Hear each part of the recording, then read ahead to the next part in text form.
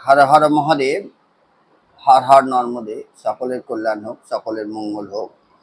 গৃহ শান্তির জন্য আমরা গৃহ শান্তির জন্য অন্নপূর্ণা কবচ প্রতিদিন শ্রবণ করব, বা অন্তত বাড়িতে বাজিয়ে দেব, যাতে গৃহের কল্যাণ হয় এবং বাস্তুদোষ দূর হবে। অন্নপূর্ণা কবচম শ্রী পার্বত্য উবাচ কথিতায় চ পূর্ণায় যা যা বিদ্যা সদুর্লভা কৃপয়া কথিতাः সর্বাः সুতাশ্চ বিধিদাময়া সম্পতয়ং শ্রীতুমিচ্ছামি কবচং যৎ পুরোদিতম তৈলোক্য মঙ্গলং নাম কবচং মন্ত্র বিগ্রহম। তাহলে তৈলোক্যের মহন সাধন করে এই অন্নপূর্ণেশ্বরী কবচ, যেটা কাশীতে অবস্থিত দেবী বিগ্রহ। ঈশ্বরবাচ সিনু পার্বতী প্রবক্ষ্যামি সাবধান ধারায়া তৈলোক্য মঙ্গলং নাম কবচং ব্রহ্ম নামকম।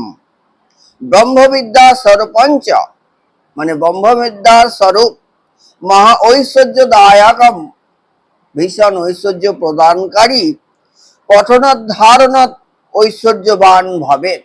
যে পাঠ করবে বা শ্রবণ করবে বা ধারণ করবে সে নিশ্চিত রূপে ঐশ্বর্যবান হবেন। তৈলোক্য রক্ষণাশাস্ত্র কবচস্য ঋষি শিব। এই মন্ত্রের, এই কবচের ঋষি হচ্ছে শিব, ছন্দ হচ্ছে বিরাট, অন্নপূর্ণা দেবতা, সর্বসিদ্ধি দা, ধর্ম অর্থ কাম মোক্ষসু বিনিয়োগ প্রকীর্তিতা।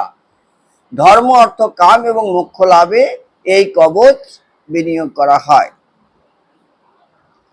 হ্রিম নম ভগবন্তে মহেশ্বরী পদং ততা অন্নপূর্ণে তত স্বাহা চেষা সপ্ত দশাক্ষরী পাতু মাম অন্নপূর্ণা সাজা খ্যাতা ভুবনত্রয়ে বিমায়া প্রণব দিশ্যু তথা সপ্ত দশাঙ্খরী পাতুন্ন অন্নপূর্ণা সর্বাঙ্গং রত্ন কুম্ভান্ন পাত্রদা শ্রী বিজয়দা যথা চৈষ দৃঢ়স্থান্ধু যথা সুখম প্রণবাদ্যা ভ্রুবৌ পাতু কণ্ঠ বাগ বীজ পূর্বিকা কাম বীজাদ্দিকা চৈষা হৃদয়স্তু মহেশ্বরী তারং শ্রীম হ্রিম নমঃ চ ভগবতী পদং তত। মাহেশ্বরী পদাঞ্চ পূর্ণে সাহেতি পাতু মাম নাভিমে কোনো বিশাংসা পায়ন্য মাহেশ্বরী সদা তারং মায়া রমা কাম সরন্ত পরমা শিরস্তা সর্বদা পাতু বিংশ তার্নিকাচ্চ যা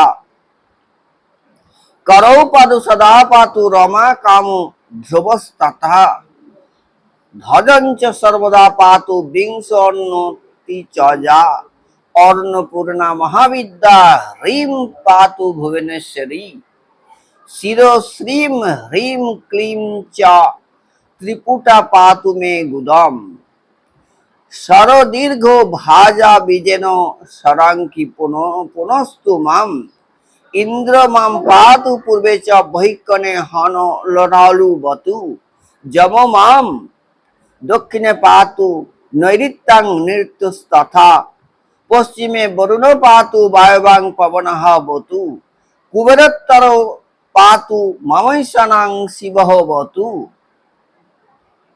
ঊর্ধ্বরঃ সততং পাতু ব্রহ্মাস্ত যথাক্রমাৎ বজ্রাদশ্চ জ্বাদপন্তু যশ দিক্ষু যথাক্রমাৎ ইতিতে কথিতং পূর্ণং তৈলোক্য রক্ষণং পরম।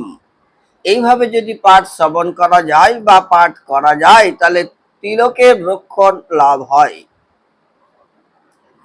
যদুদ্যা পঠনাৎ দেবা সর্ব ঐশ্বর্য মবাপ্লয়া, সর্ব ঐশ্বর্য লাভ হয়। ব্রহ্মা বিষ্ণু রুদ্রশ্চ ধারণাৎ পঠনাৎ দাত। এই কবচ ব্রহ্মা বিষ্ণু এবং রুদ্র ধারণ করে থাকেন।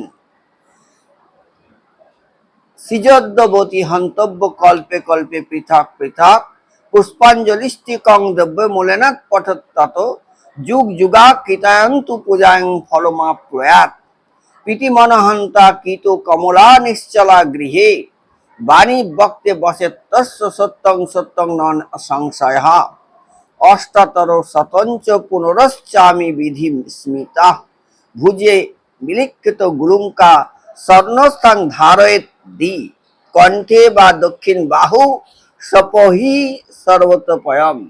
এই কবচ যদি লিখে কণ্ঠে বা বাহুতে প্রাণ প্রতিষ্ঠা করে ধারণ করা হয় তাহলেও একই ফল লাভ হয়। ব্রহ্মাস্ত্রাদিরানি শস্ত্রাণি ত্যাগগাত্রং প্রাপ্য পার্বতী মল্লানি কুসুমানব ভবন্তো বনং সংশয়া ইতি ভৈরব তন্ত্রে ভৈরবী সংবাদে শ্রী অন্নপূর্ণা কবচং সম্পূর্ণম। ব্যাধিতে আক্রান্ত হয়ে বা দীর্ঘ রোগ ভোগে মানসিক দুর্বল হয়ে পড়ায় যে মৃত্যু ভয় হয় তার থেকে মুক্তি লাভ করতে এই কবচ প্রত্যেক দিন বাড়িতে বাজাতে হবে এবং শ্রবণ করতে হবে। শ্রবণ না করতে পারলে বাড়িতে বাজালেও বাড়ির মধ্যে এই মন্ত্রের অওরা ঘুরে বেড়াবে এবং সেটা কার্যকর হবে। অতএব প্রত্যেকে এটা শ্রবণ করুন বা বাড়িতে বাজান এবং বাড়ির বাস্তুদোষ দূর করুন। সকলের মঙ্গল হোক, সকলের কল্যাণ হোক।